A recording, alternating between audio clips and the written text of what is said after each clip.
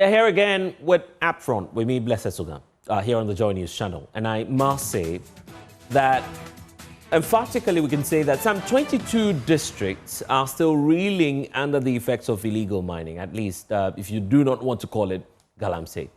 But Galamsey has become a national canker, of course, with many asking for immediate interventions to tackle the crisis. But as that crisis continues, many state agencies, including the Minerals Development Fund, have been working towards ridding our communities of illegal mining activities that have also deprived the communities of sustainable livelihoods. There you see on your screens the impact and the level of devastation taking place in some of these rural communities because of the activities of illegal miners. Well, I've been part of one of the raids by the Minerals Development Fund, and once more I caught up with the administrator of the fund, Dr. Hannah Louisa Bisu Kote, who's been speaking to us about some more activities that they're taking in a bid to rid the areas of illegal mining. We touched on the involvement also of some foreign nationals in the activities of illegal mining. Enjoy. Bisu Kote, what a pleasure to be meeting you again. I was on the field with you back in the Ashanti region, and I must say that that exercise was a surprise for those who were not expecting you, but I was overwhelmed by your courage, really, because you wouldn't expect, and excuse my stereotype, a woman to be leading the fight against illegal mining, which is clearly becoming very risky when it comes to fighting it. But you led that spirited fight to the heart of that forest in Akonfrey, where, of course, I was there as well, so I saw all of the action. But one impression I'm left with is the fact that the fight is way bigger than you. What would you say to that? Well, listen, I think it's a pleasure seeing you once again. I think the last time we met was that day. Yeah. You know, the day of action. The day of action, and I was concerned more, for you guys, and I was praying that God, please don't let anything happen to them. For some of us, I'm a Cuban train, and Cubans have something that is a patron motive in Ceremos, is motherland or death, we shall win. Hasta la victoria siempre. Entonces, sorry, I'm just switching. No, it's fine. You can go on. At least we're learning a few lessons on that. So it's like when we were trained, okay, not to ever give up, and your reward is always the positive impact that what you do has on the livelihood or the lives of the people that you serve. And for me, when the president asked me to come to Mineral Development Fund, I went on my knees and I spoke to my Father in heaven and told him that this is a new place, and you said nothing will be given to me that is way bigger than me, but you are the one that I depend on for everything that I do. So you show me the way and help me. And one of the things that we realize troubles our communities, amongst many others, it's the illegal mining. Yeah. I use illegal mining because we're almost saying Galamsey is illegal. No, it's gather and sell. Some may have, the license, they may be doing it well. But then they'll be operating at a smaller level. Exactly, at a smaller level. So let's use the illegal mining and wicked, irresponsible mining that now have turned them as environmental terrorists, and they're gone. See, then by the grace of God, because for me wisdom comes from God. Right. Any other thing short of it is foolishness. So we are supposed to redress the negative impact of mining on the lives of these people and the communities. Once government money is trying to build hospitals, do this, do that, providing water, then somebody is in the forest, destroying the forest, destroying the water bodies, cutting children off from school, women, people drinking polluted water, people coming up with all sort of funny diseases, liver problem, kidney problems, skin problems, what have you. And so then it looks like pouring water in a basket. I'm a veterinary doctor, so usually, and I loved clinics. I was actively, practicing before, I was appointed in 2009. So I always loved doing that analogy. When somebody has malaria and they come, they're not going to say they have malaria. They'll tell you, okay, probably they're vomiting, high temperature, or loss of appetite, symptoms, right. Okay? If you decide to be treating the symptoms, that sickness will never go away. So whilst doctors treat symptoms, so sometimes when you get to the clinic or the hospital, we have something called presumptive diagnosis. Yeah. Per your symptoms, I presume you have this. Then you have the confirmative diagnosis. After you go to the lab, then I can confirm and treat what is happening. What is happening. Why do they do that? Because they realize that if they keep treating only symptoms, the symptoms can only go a little bit, but it will come back. Yeah. And so we decided as an agency to, treat the canker, the disease, the parasite, the virus, if you want to put it, the bacteria, if you want to say, whatever, the worm, whatever is the cause of the plight of these people living in these communities. And, before you move, I've always been saying, and I thank God for God being God, you realize that when you are going and you do all the formalities, you inform this, you inform that, by the time you get there, they'll be gone. Yeah. In fact, when we went with you, I had been there a week. Some ran away. I was able to get some people. I got some 2 Indians.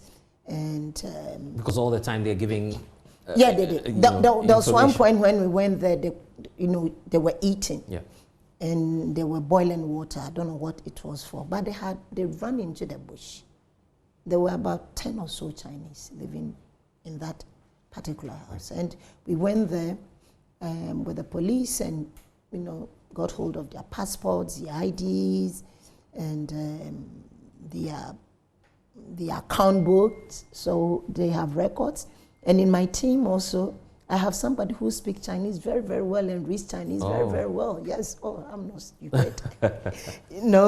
And we even know who brought them in. That is another case that we'll handle later.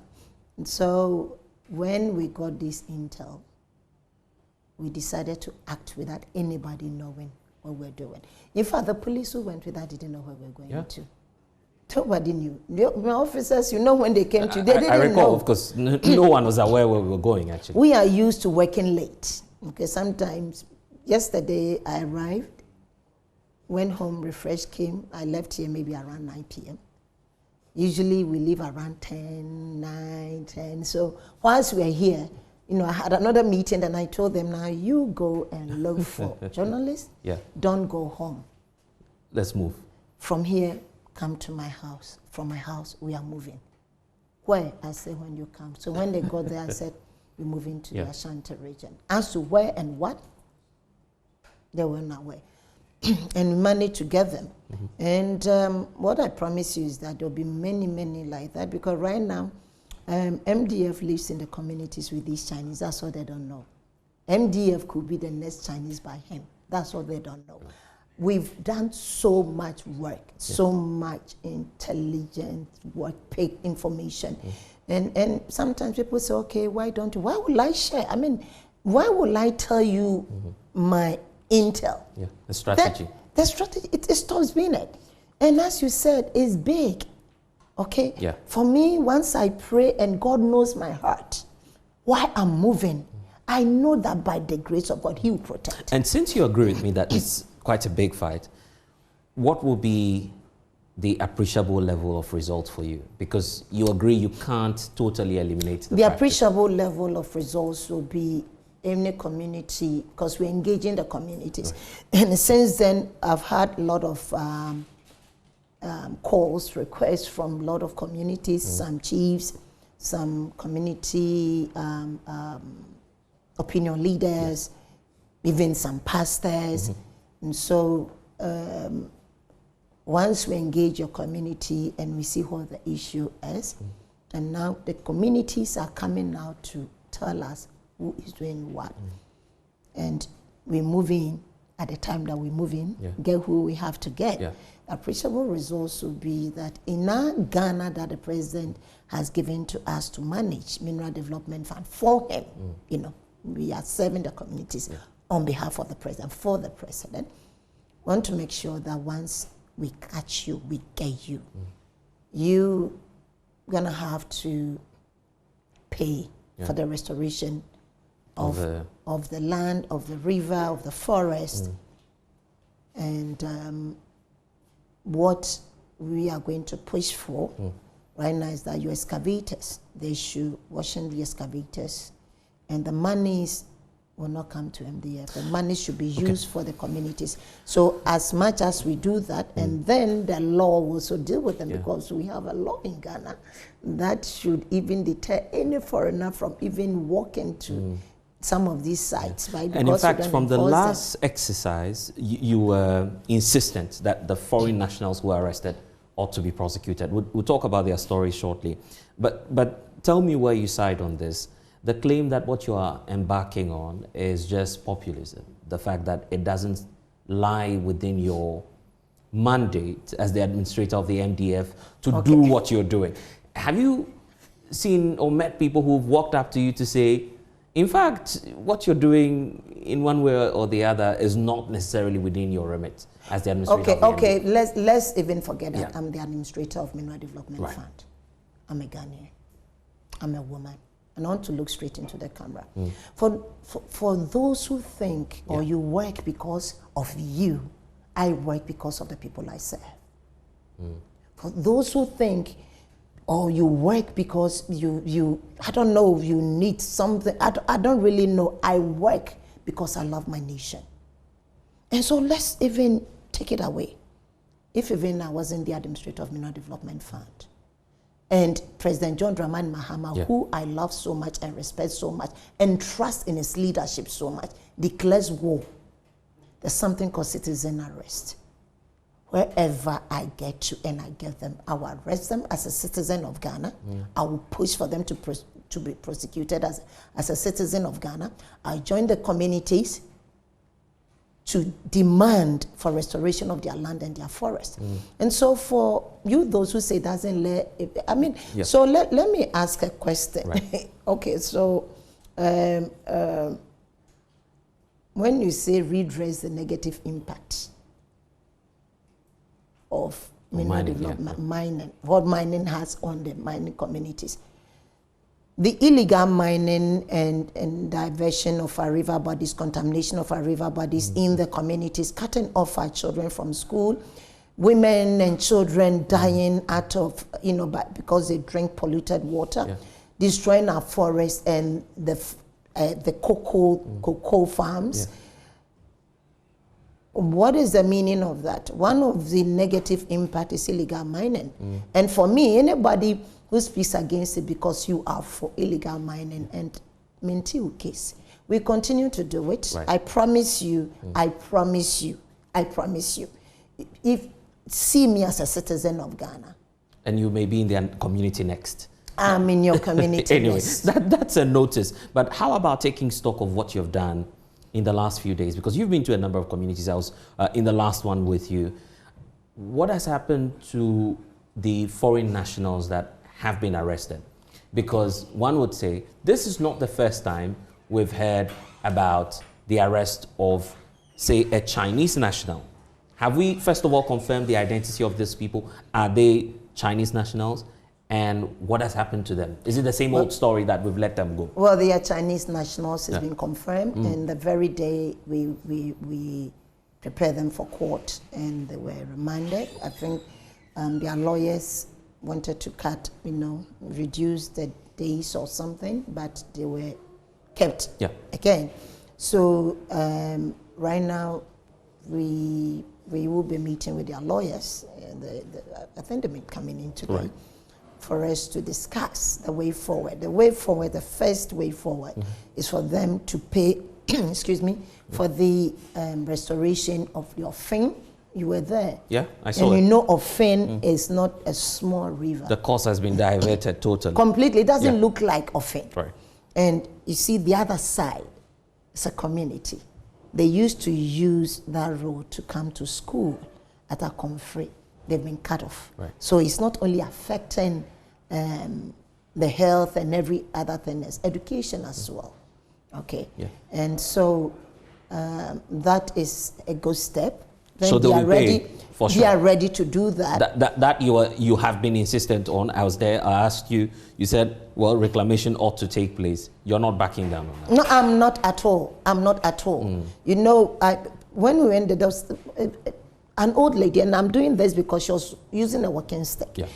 When I was walking to the river, and she said, my daughter, she didn't really know me. She knew that we've come there. She said, the my daughter, community, these people, they are terrorizing us. But if you say they'll come and beat you or kill you, look, our children, right now we don't even have water to drink. We don't have to. I looked at that old lady and I said, if not for anything at all, we owe it as a duty. Okay? So that I'm not backing off. We went to Atiwa West. A child, 7 years old boy, playing with another one, fell in a pit, died. The one who created that pit was in the school, the STEM school, destroying the land again, dug a big pit, looking for gold, terrorizing the students. We got them. Now the pit that the boy fell in has been covered.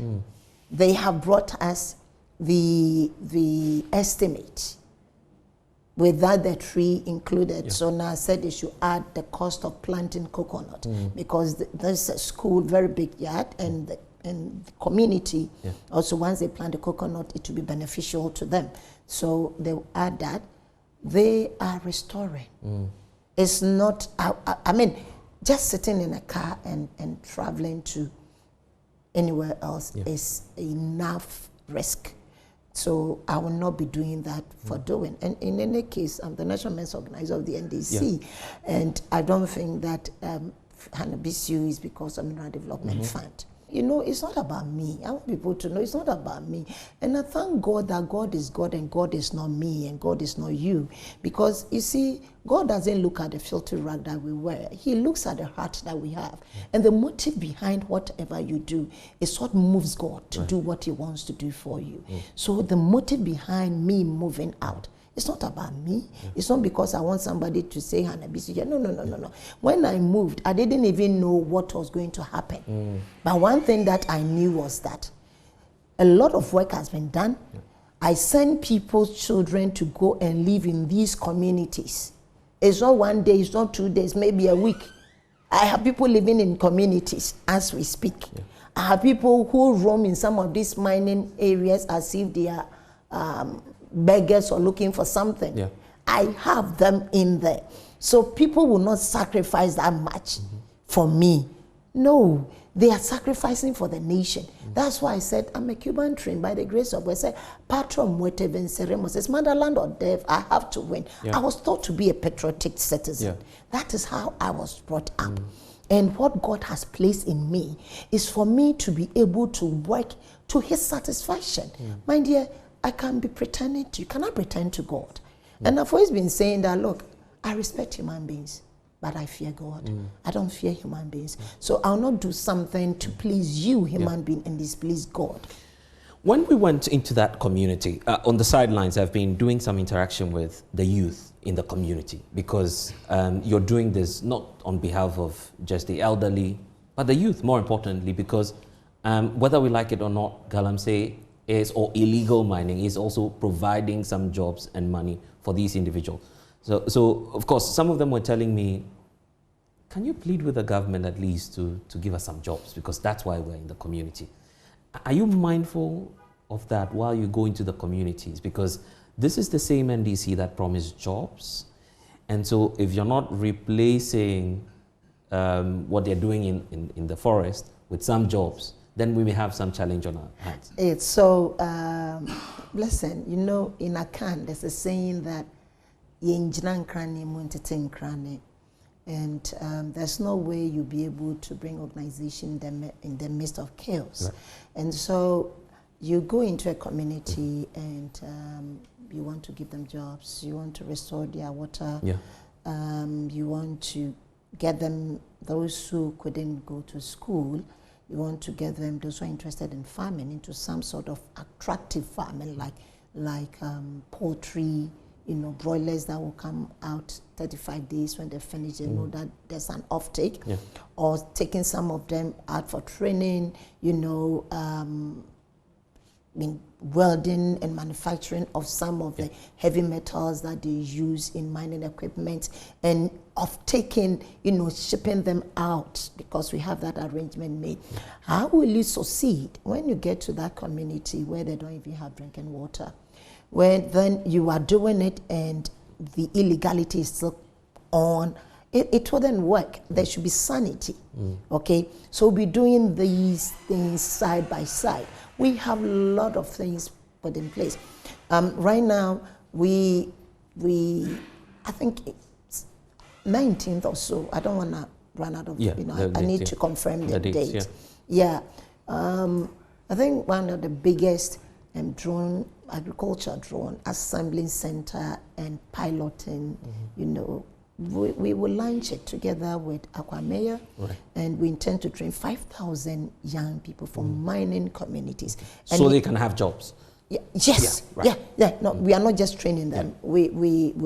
So we're gonna stagger, you know, as they leave, they go out, you know, they go out and they work.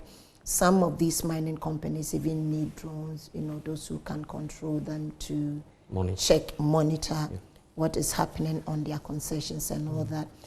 We also have the poultry, as I said, the John Mahama Kete project. Exactly. You know, we will also be giving grant to farmers, and we are actually pushing for land banks for MDF, so that when we come into the community and we want to do any sort of development, we won't, you know, be found wanting because of lack of land. And when we want to do the cooperative, you know, agriculture and also cooperative mining, then you can find for these young ones to do responsible mining, green mining, and they cover the plant, because the thing with mining globally is that when you mine, before you leave, you should restore the land back to its original nature. And recently, I was also in China, and found a very low-hanging fruit. And I just want to say, listen, that my links with China is not today. Okay, it started like nothing, being me by the grace of God.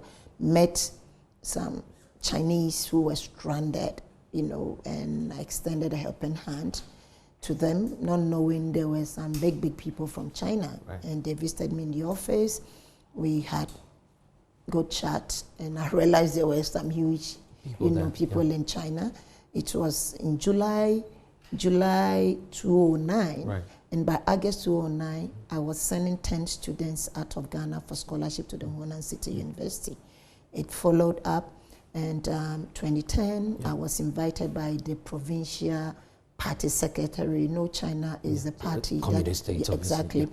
And it's Xing Xiao. The name will be quite difficult for you. Yes. He rose later to be the Chief Justice. He rose up to be later the Chief Justice of the country. He's on retirement right now. Invited me over.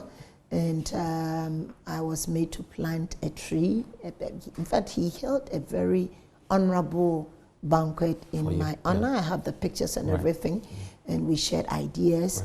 Every year, I was given opportunity to send about 60 people, 60, 70, in three trenches. I had May, August, and November for short training, but every year I was giving 10. So your links to China is so quite the links deep. is there, Yeah. and through the same links. In fact, when we left power, I didn't want the wahala with the MPP government. Right. I didn't want them to misbehave, so I just told them I'm backing off for now. Right. So when we came back to office, they called back, and of course, so with Tao company, that's the Remy company. It's a huge, $1 billion company in China, and I spoke with them. Yeah. We visited the farms. In fact, when I went to China, I went to farm. Right. You know, I went on their farm, went to the factories and everything, and we agreed. Yeah. You know, so the provincial, that's Hunan province, okay, and an honorary citizen of Hunan province as well, and I'm also in China, and I'm also a friend of the Hunan City University. Right. In fact, the only tree that survived that were planted by dignitaries was my tree. Oh. Yes, it's the only tree that Good survived. omen there. Exactly, and also a big stone. Yeah. I wrote the name of Sunyan because that time it was Brong and a half. Right. You know, sister. You know, so I sent my Sunyan there. Yeah. So we signed and agreed. I told them that, look, we have good lands here. We have mining communities that are suffering, and this is what the president asked me to do. We need to give them jobs. And through that also, I found out, you know, officially, those Chinese who come and do what they do, where they come from. In fact, there was a first meeting in Beijing, and it was indicated to me. The raid that happened here in Ghana was in China. And they were asking how it happened. And I explained and told them what some of the Chinese are doing. So they told me they come from this province. Right. I'll not mention because to stigmatize them. It's not everybody, but generally, there are those who come and, you know, engage in these kind of illegal practices. Some of them come through our borders. From some of the documents that we found out, they came through Togo. They didn't fly in, probably for fear of being stopped, you know. And when I went to Hunan also, you know, the same issue came up in official discussions with officials, and I told them what I've just narrated to you about what you're going to do with them. And in fact, they applauded it. And I told them that we need to rewrite the story. We need to rewrite that story where when you talk about China, even me, not until this period that I went that I extensively engaged officials. Then I found out those who do that. Then it's just like when we were in Cuba. Cubans saw every black as Angolan, you know, because Angolans went there before us. So anything they call Angolano, you know, you have to explain you're Ghanaian. So you see a Chinese and you think all of them, they are like that. No. So we agreed that we have the land and we have the communities. And Remy has a lot of health benefits aside the property of absorbing heavy metals from the soil and helping to restore the land back, you know. And it's 3 months. When you plant the first time, 3 months. Within 3 months, Within 3 months after you cut, you don't have to plant again. 75 days, it will come back up, then it's harvested. Another 85 days, it comes back, it's harvested. In fact, if you turn the soil, the seed that falls on the ground will still germinate. Will still germinate. Now they use the fiber. The leaves can be used, high in protein, can be used in animal feed and other things. Remy, they use it for hospital staff. They do antibacterial clothes for hospitals, and they have a lot of quality. The cloth that Remy has, I mean, when they produce from the Remy fiber, in a hot season, when you use, it reduces your temperature. Okay, so what we're going to do from initial is to do the plantation, and then they will pre-process and ship it to China. Okay. We've agreed that as we move on, some of our research team from will eventually MDF will go, they will go, because we've done the soil, you know, and the one who has research, and this is the first time the MDF has a research directorate, okay? So the one who has research is on secondment from CSR, and so they will study, and even Ghana, REMI, we can have it 4 times in a year, okay? So already the chiefs have called, some chiefs have offered thousands of acres of land for this project, and it will create direct jobs of 10,000. 10,000. And these young ones will be paid, there will be opportunity, but eventually the goal is to establish the REMI factory here and do the processing. It comes out with cotton that is of high quality. I'll show you some pictures of it. Some sample. I brought some sample of it. They do all manner of things with the REMI. And so for me, when somebody has a direct investment and you're able to convince them that come to my country, it should be good secured. News. It's a good news for our community. Let's have the conversation around China. Very often when the name China comes up, as you're saying, the stereotype, and there's some sort of discomfort if state officials have to be the ones who would be dealing with the Chinese. Of course, if you were engaging the Chinese as a private citizen, you wouldn't make any headlines at all. But of course, if it's the MDF administrator engaging the Chinese just a week after some Chinese nationals were arrested, then you know the kind of perception that will follow. The fact that it's the usual case, will let them go in exchange of probably money. That's the perception out there. Do you feel this discomfort is based in any science or any factual element that yes, indeed, our state officials get compromised when they're dealing with China? I'm laughing because I would have thought otherwise. I would have thought, okay, you must be daring. You just finished arresting them and it's all over, and you've gone to their country. And I went there and I got jobs for Ghanaians. It will never be in exchange of what we have to do. Never. It's like the word NEVER. NEVER. Never, nunca in Spanish. It's not possible. Nunca. But the point is... No, you see, you know, again, I'll go back to my profession, you know, veterinary. Anytime you see a very scary dog, you see, we have a monkey here, she's called Alice. Okay, so if you start maltreating Alice, Alice will be suspicious of any human being. If even are going to give Alice candy, Alice will be defensive. So I don't blame them. It's okay. It's up to us to prove to them that leadership differs. It's up to us to prove to them that you can trust John Dramani Mahame's fight against Galamsey. You can trust John Dramani Mahame's commitment to provide for the mining communities. You can trust John Dramani Mahame's government to deliver. It's up to us to prove to them. So for me, I'm okay. If they say it, I understand where they're coming from.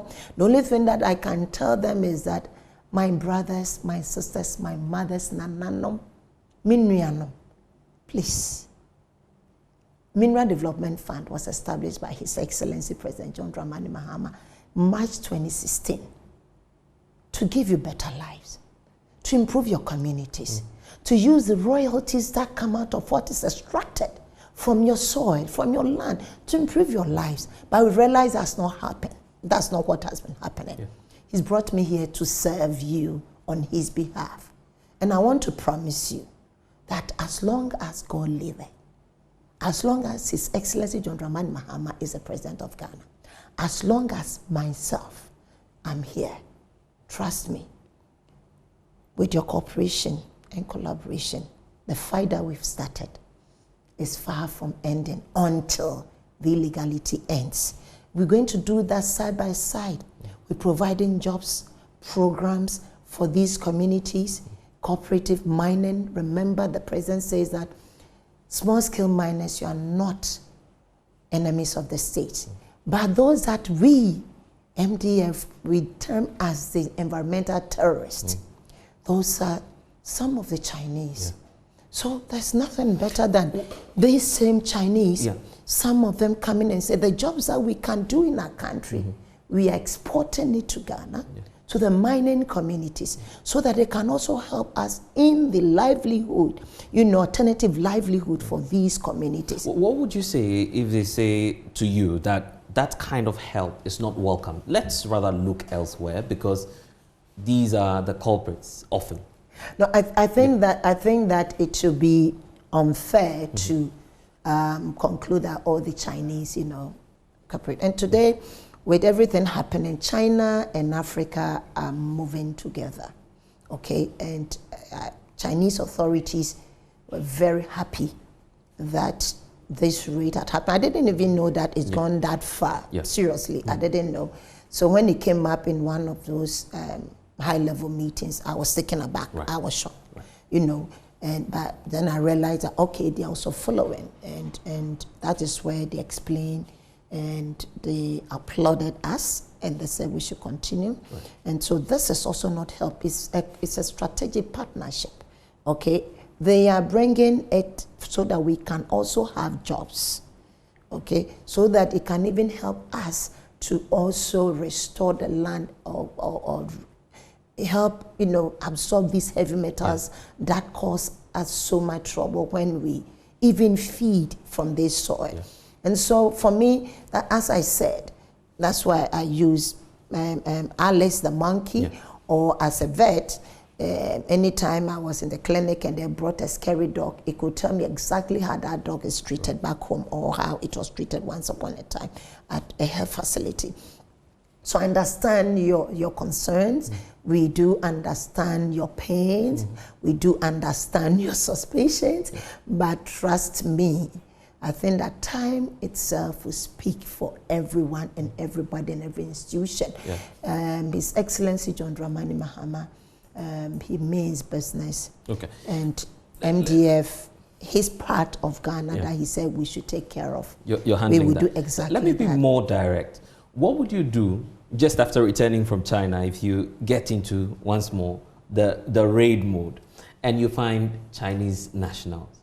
Would you still go ahead and arrest them? Because the feeling is that, well, we are giving you jobs. It's a way of saying, okay, so let me say something.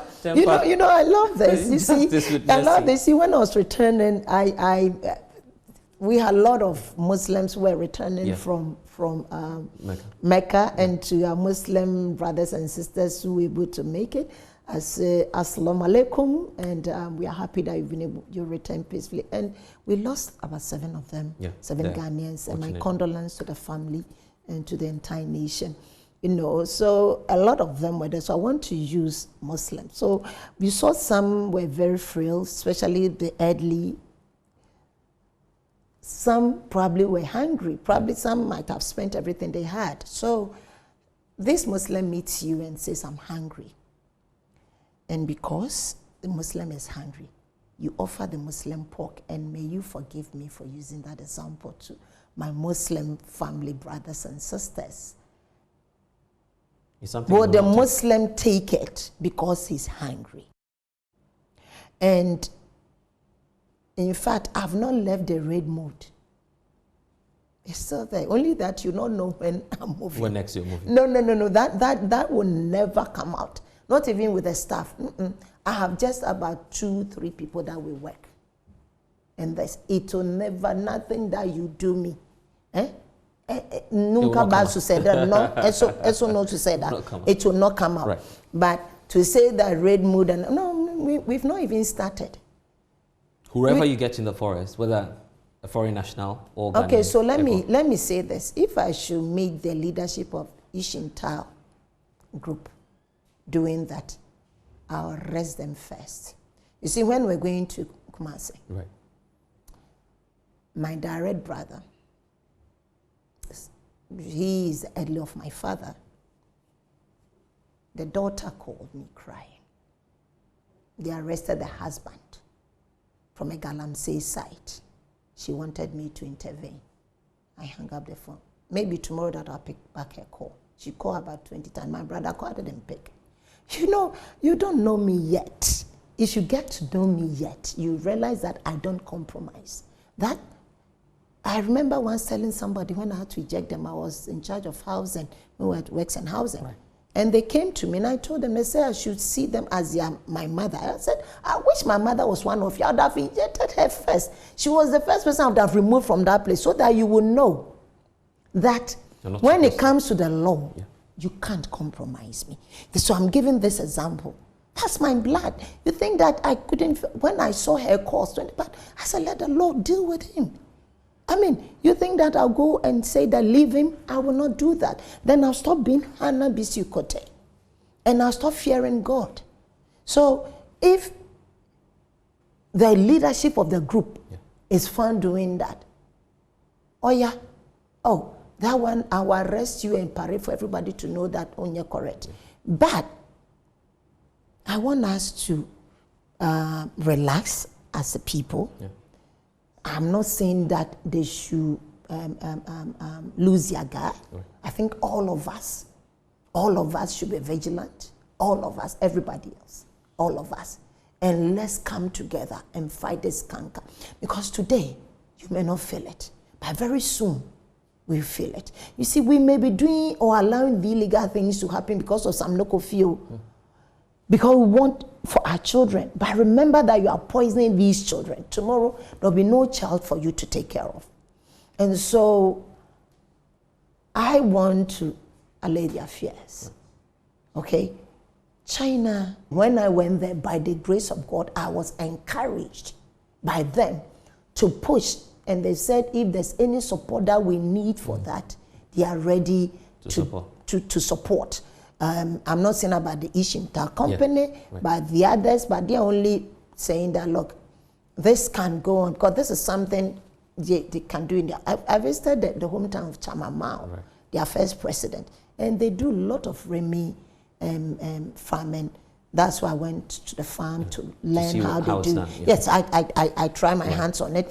And in fact, we were featured in a lot of their TV stations and their newspapers. Of course, you could see me talking, but the rest was Chinese, you know. But so there are a lot of interviews. TVs came to our hotel to come and interview and all that. They are interested in what is happening. They are concerned with what is happening with illegality.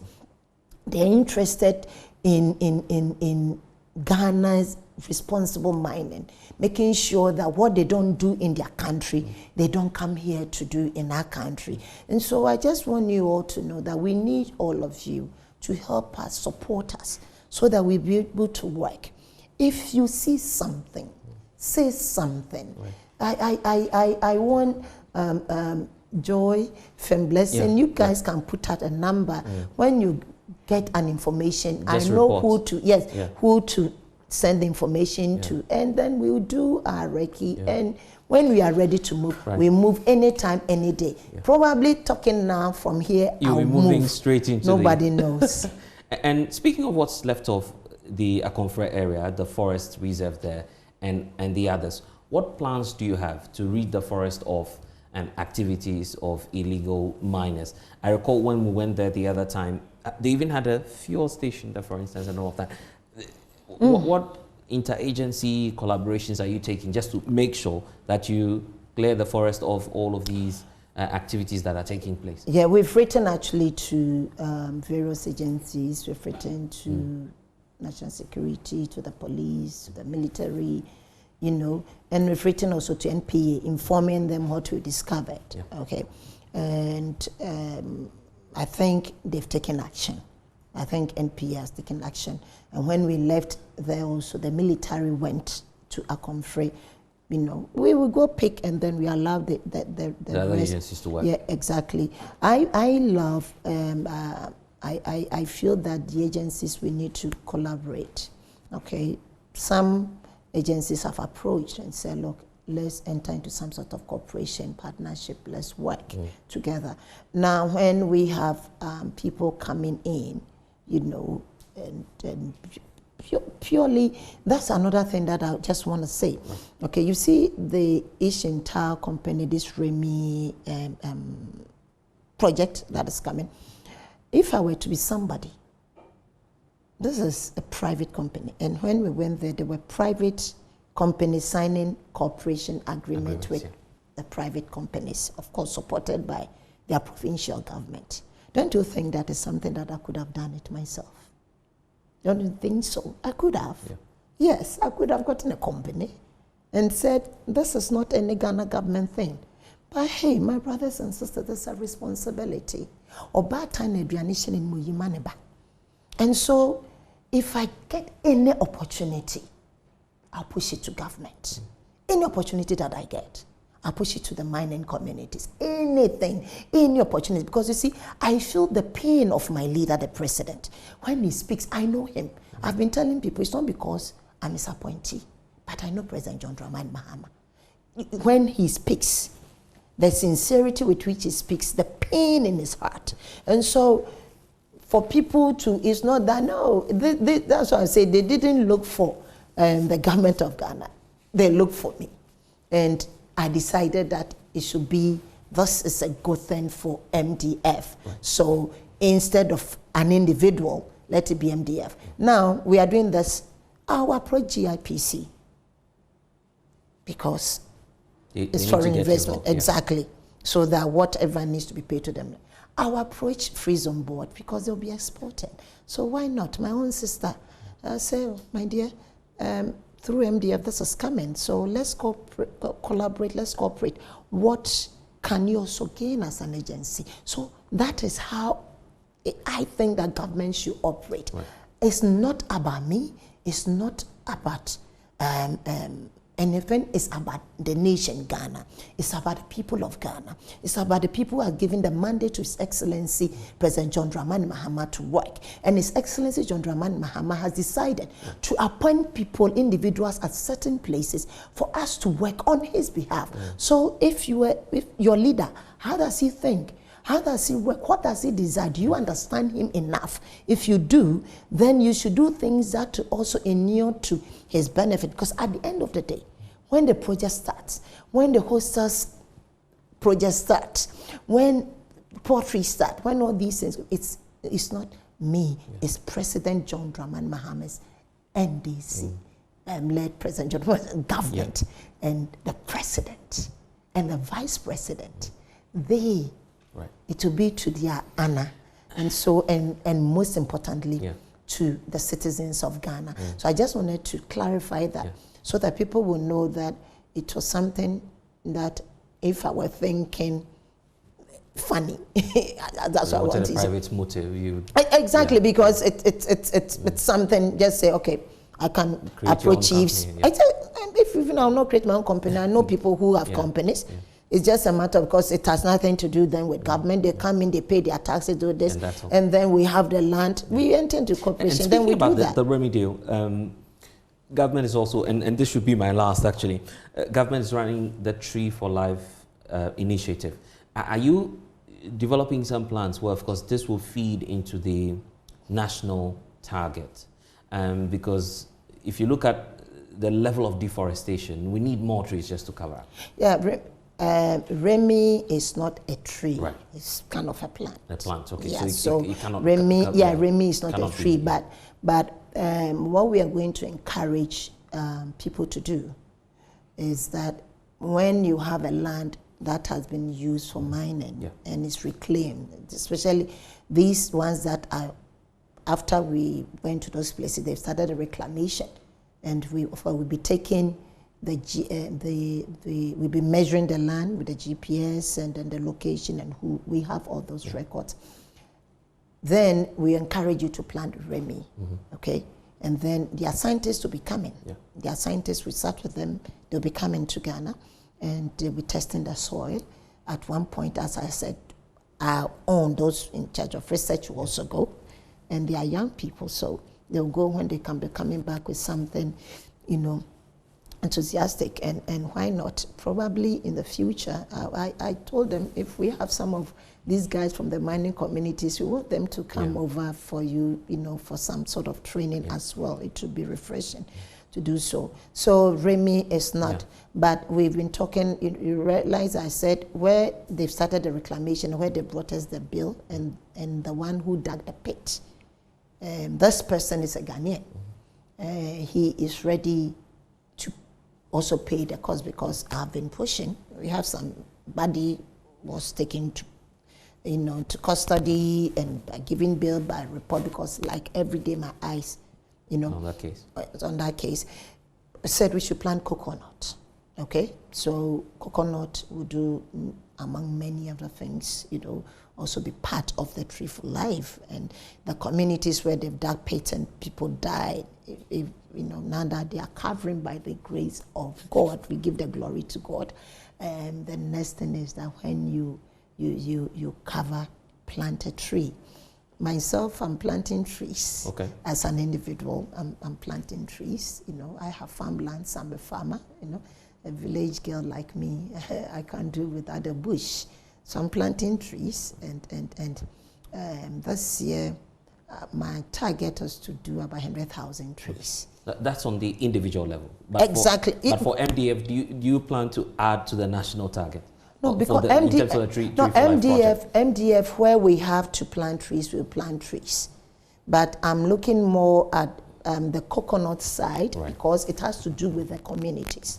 Okay, you were with us at a conference, and you know where they've destroyed the forest, and even within the community where they had about, I think, 6 excavators or so with one dozer packed, they destroyed all that area. Now, when it's reclaimed and they plant coconut, every part of coconut is beneficial. It will now bring some sort of economic activity to the community. So my approach towards that will be a bit different. But when it's inside the forest, yes, we will now encourage them, assist in the seedlings for them to plant, and it to be supervised, of course. But we have some NGOs too that we are collaborating with. They are also into tree planting, the environment and stuff. So these ones, when it gets to that point, we collaborate with them and get them to plant trees where we have to plant trees, coconut where we have to plant coconut, and then we can have a better stock of it. MDF on paper, under the previous administration, they said they planted 191,000 acreage of palm. Okay, and I'm sure if it's something that is there, then MDF should be very, very rich, or the communities should be doing very well. So we want that this time around we should collaborate a lot with some of these CSOs, and have them, lead that. That would be check for us as an agency, okay? So that if we, let me use a comfrey again, because that's where we went with you. Exactly. So the forest, if let's say it's about 100 acre, and we plant 100 acres, of trees, it will be led by the NGO, and the NGO have the records. So when you call and you ask, they can take you there. We will not have to now employ some external auditor to audit, because that is the point where we are, to find the 191,000 acres that millions of the fund money has gone into. It's a lot, but it's something we have to audit, so we will be working on it. I thought that would have been